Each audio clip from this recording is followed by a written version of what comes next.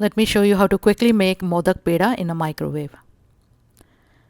Take some condensed milk, add melted butter, mix them, add milk powder, cardamom powder, mix them. Heat in the microwave oven for a minute, mix them. Repeat this 4 times. Grease the modak mold with some ghee or melted butter. Add the warm modak mixture in the center. Close the mold around it.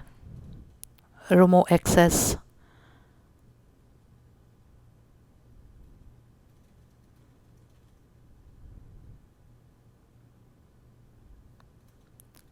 And there, Modak Peda is ready. Enjoy.